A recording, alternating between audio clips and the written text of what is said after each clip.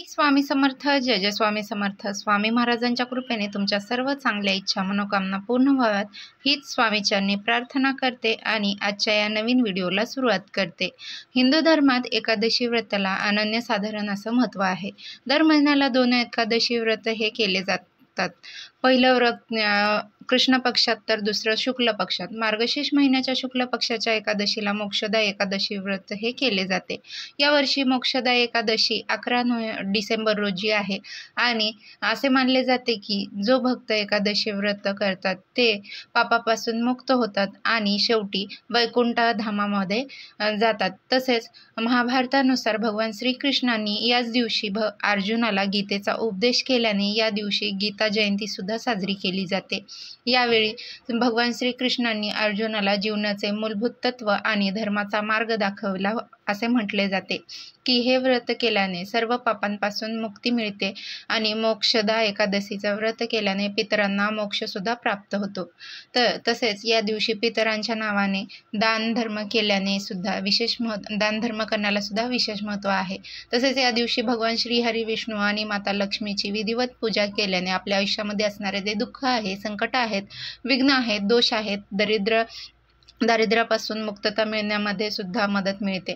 आणि या दिवशी आपल्याला पूजा तर करायचीच आहे तर सेवा पण त्याचबरोबर काही प्रभावी उपायसुद्धा करायचे आहेत. आणि म्हणूनच आपल्याला मोक्षदा एकादशीच्या दिवशी आंघोळीच्या पाण्यामध्ये ही एक वस्तू टाकायची आहे.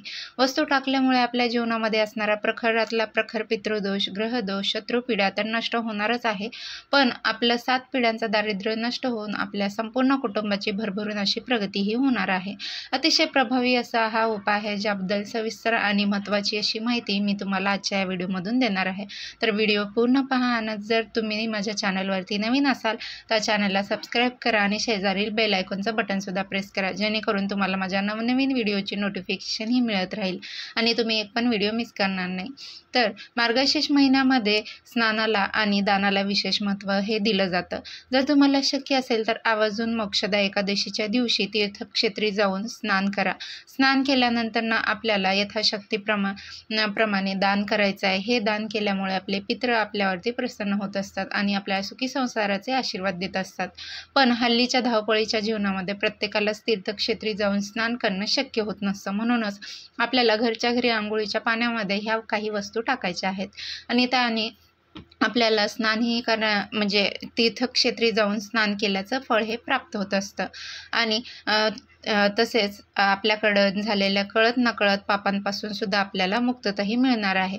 म्हणूनच आपल्याला मोक्षदा एकादशीच्या दिवशी सकाळी ब्रह्ममुहूर्तावर उठायचं आहे. आणि कारण असं म्हटलं जातं की ब्रह्ममुहूर्तावर केलेलं प्रत्येक कार्यामध्ये आपल्याला 100% यश हे प्राप्त होत असतं. ब्रह्ममुहूर्तावर उठल्यावर आपल्याला अंथरुणामध्ये भगवान श्री हरी विष्णू आणि माता लक्ष्मीचं स्मरण करायचं आहे आणि दिवसाला सुरुवात ही करायची आहे. त्यानंतर तुम्ही आंघोळीची पाण्यामध्ये पाणी काढायचं आहे आणि त्या आंघोळीच्या पाण्यामध्ये थंड किंवा गरम कोणतेही पाणी घेऊ शकता आणि त्यामध्ये सगळ्यात पहिली वस्तू जी आपल्याला टाकायची आहे ते म्हणजे गंगाजल टाकून स्नान केल्यामुळे आपल्याला तीर्थक्षेत्री स्नान केल्याचं पुण्य प्राप्त होत असतं. आपल्याकडनं झालेल्या कळत नकळत पापांपासून सुद्धा आपल्याला मुक्तताही मिळत असते. दुसरी वस्तू आहे दूध. आपल्याला आंघोळीच्या पाण्यामध्ये टाकायची आहे ती म्हणजे चिमूटभर हळद. ही भगवान श्री हरी विष्णूंना अतिशय प्रिय आहे आणि जेव्हा आपण आंघोळीच्या पाण्यामध्ये हळद टाकतो आणि स्नान करतो त्यामुळे आपल्या कुंडलीमध्ये असणारा गुरुग्रह बलवान होत असतो, ज्यामुळे आपल्या जीवनामध्ये असणाऱ्या ज्या आर्थिक समस्या आहेत त्यापासून आपल्याला मुक्तताही मिळत असते.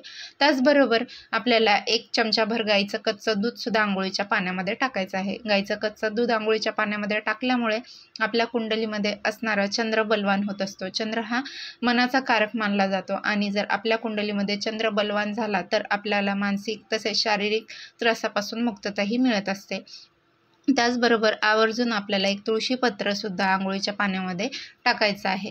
कारण तुळस म्हणजे साक्षात माता लक्ष्मीचं स्वरूप आहे आणि श्रीहरी विष्णूंना सर्वात प्रिय आहे ती म्हणजे तुळस. आणि जेव्हा आपण आंघोळीच्या पाण्यामध्ये तुळस टाकतो आणि त्याने स्नान करतो त्यामुळे आपल्या जीवनामध्ये असणारे जे दारिद्र्य आहे ते दूर होण्यास मदत होते.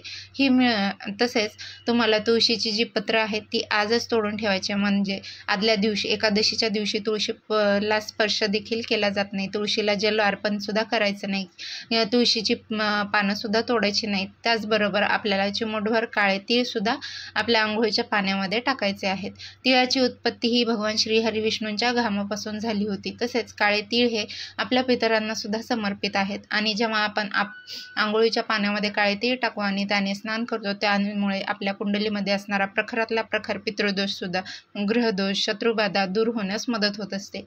तर तसेच तुम्ही चिमूटभर खडे मीठसुद्धा आंघोळीच्या पाण्यामध्ये टाकायचं आहे. खडे मीठ टाकून स्नान केल्यामुळे आपल्याला जीवनामध्ये असणारी जेवढी पण नकारात्मकता आहे, इडापिडा, नजरबाधा असे दोष असलेले ते दूर होण्यास मदत मिळते. म्हणूनच आपल्याला या सर्व वस्तू आंघोळीच्या पाण्यामध्ये टाकायच्या आहेत आणि आपल्याला स्नानही करायचं आहे. पण बऱ्याचदा लोक जे आहेत ते चुकीच्या पद्धतीने स्नान करतात, त्यामुळे सुद्धा त्यांना केलेल्या उपायाचं कोणतंही फळ, शुभ फळे प्राप्त होत नाही. म्हणूनच आपल्याला सर्वप्रथम 1 मग पाणी आपल्या उजव्या खांद्यावर टाकायचं आहे, 1 मग पाणी आपल्या डाव्या खांद्यावर टाकायचं आहे आणि त्यानंतर आपल्याला संपूर्ण स्नान हे करायचं आहे.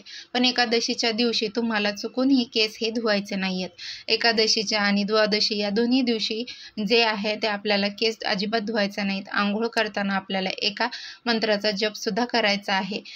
गंगे च यमुने चैव गोदावरी सरस्वती नर्मदे सिंधू कावेरी जलस्मिन सिंधी कुरु, आपल्याला या मंत्राचा जप करत आपल्याला स्नान करून घ्यायचं आहे.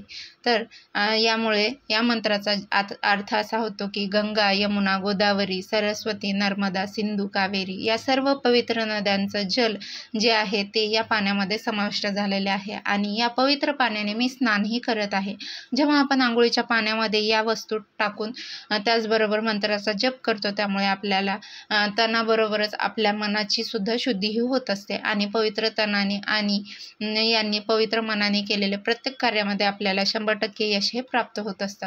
अतिशय प्रभावी असा हा उपाय केल्यामुळे आपल्या जीवनामध्ये असणारी जेवढी पण नकारात्मकता, इडापिडा आहे, प्रखरातला प्रखर पितृदोष, ग्रहदोष, शत्रुबाधा नष्ट होऊन आपल्या संपूर्ण कुटुंबाची भरभरून अशी प्रगतीही होणार आहे. म्हणूनच व्हिडिओ जास्तीत जास्त मित्रपरिवारामध्ये शेअर करा, जेणेकरून प्रत्येकाच्या आयुष्याचं कल्याण होईल. आणि हीच मनामध्ये इच्छा ठेवून श्री स्वामीचरणी आजची ही सेवा रुजू करते आणि आजच्या व्हिडिओची सांगता करते. तर भेटूया अशाच नवनवीन माहितीपूर्ण व्हिडिओमध्ये पुढच्या व्हिडिओत. तोपर्यंत सर्वांना श्री स्वामी समर्थ.